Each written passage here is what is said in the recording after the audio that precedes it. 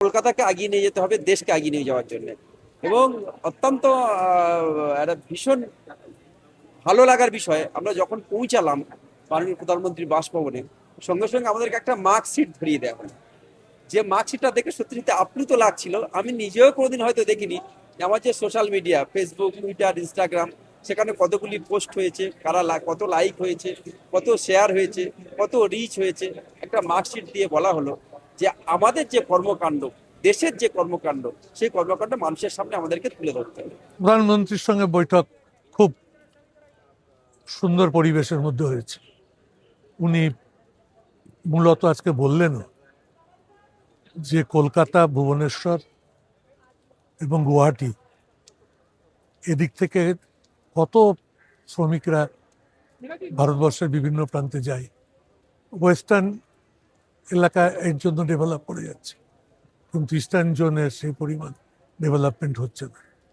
এদিকে আমাদের ভালোভাবে নজর দিতে হবে।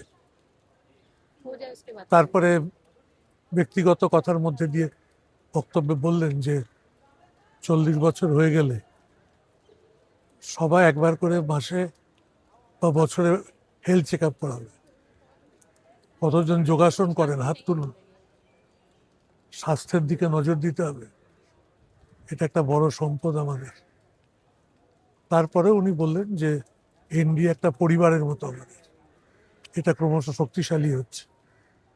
এই শক্তির ভারটাকে ধরে রাখতে হবে। তিনি আগেও আমাকে একটা কথা বলেছিলেন, আজকেও বললেন যে আমি যতদিন প্রধানমন্ত্রী, সেই সময়ের মধ্যে ব্রিটেনে 8বার প্রধানমন্ত্রী বদলে গেছে। অর্থাৎ দেশের মানুষ স্টেবিলিটি চাই, এটাকে বোঝাতে গিয়ে এই প্রসঙ্গটা তুলে আনলেন।